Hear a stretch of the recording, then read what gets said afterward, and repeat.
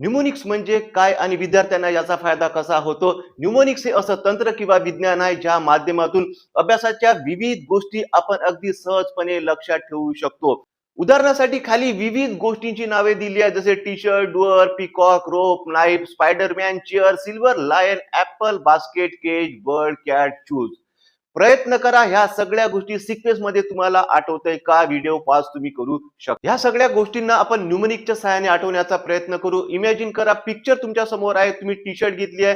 ती T shirt तुम्ही दरवाजावर लटकवण्यासाठी जात आहे. दरवाजा दरवाजा जसा ओपन केला त्याच्यामधनं एक मोर म्हणजे पिकॉक बाहेर आला आणि पिकॉकच्या माउथ मध्ये काय होतं? रस्सी म्हणजे रोप. त्याच्यानंतर दुसऱ्याच्या ज्या एंडला जे काय होतं ते होतं नाईफ, चाकू. चाकू बघून स्पायडरमॅन पळाला आणि स्पायडरमॅन कुठे लपला?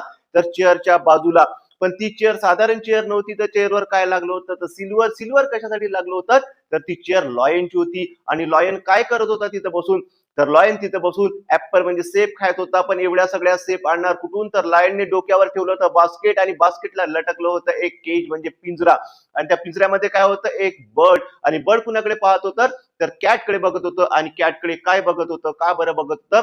तर कॅटने काय घातले होते? शूज. या पद्धतीनं पिक्चरच्या माध्यमातून तुम्ही जर आठवण्याचा प्रयत्न केला, तर आता जर तुम्हाला विचारलं की रोपच्या पहिले काय, बास्केटच्या नंतर काय, तर ह्या सगळ्या गोष्टी सिक्वेन्सने तुम्हाला इझिली लक्षात राहणार.